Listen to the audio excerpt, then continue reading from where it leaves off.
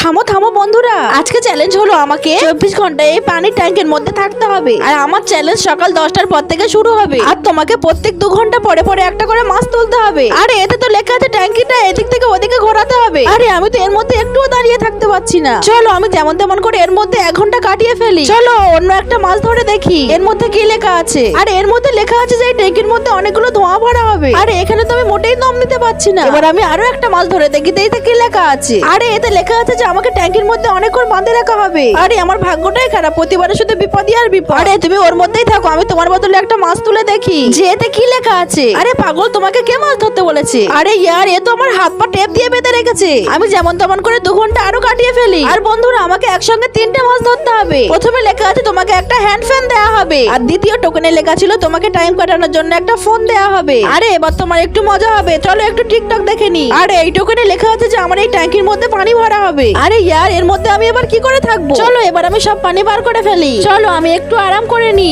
এই তো সকাল হয়ে গেছে, এবার উঠে পড়ো মহারানী, আর একটা মাছ তোলো। দেখো এতে কি লেখা আছে। আরে এতে তো লেখা আছে একটা লাঠি আটকে আমাকে 1 ঘন্টা থাকতে হবে। আরে আমি তো উঠতেই পারছি না। এবার তোমার টাইম শেষ হয়ে গেছে, এবার আমি বাইরে চলে আসবো। এরকম ভাবে আমার চ্যালেঞ্জটা কমপ্লিট হয়ে গেল।